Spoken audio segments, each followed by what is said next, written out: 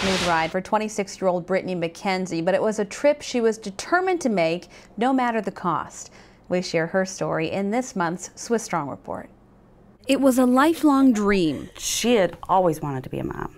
That was nearly ripped out of Brittany Mckenzie's hands. That's one of the first times that she really broke down. When she was only 23. That was a really rough thing to hear, that, you might not be able to have kids after this. This being cancer. God, I remember that day. Stage 3, classic Hodgkin's lymphoma. They say it's the most curable cancer, which, when you're diagnosed, it doesn't really matter what they say about it. When you hear cancer, it's like the end, basically. Doctors found a cancerous tumor the size of a hard-boiled egg on Brittany's sternum and cancer cells throughout her lymph nodes.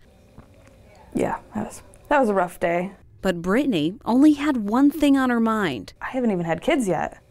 I've always wanted them, and now it's telling me, I don't even know, will I survive this to have kids? And if I do, can I not have them anymore? Because there's always that chance of infertility after chemo. Brittany wanted to be prepared.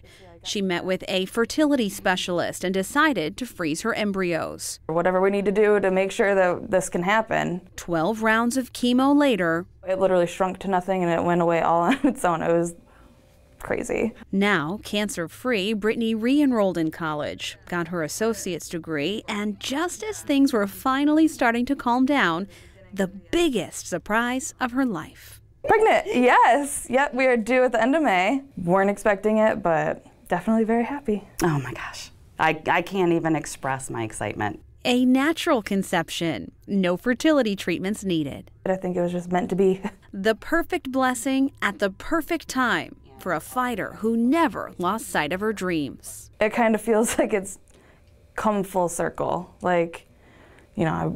That was my biggest concern, and I feel like I'm starting to achieve that normal life that I wanted the whole time.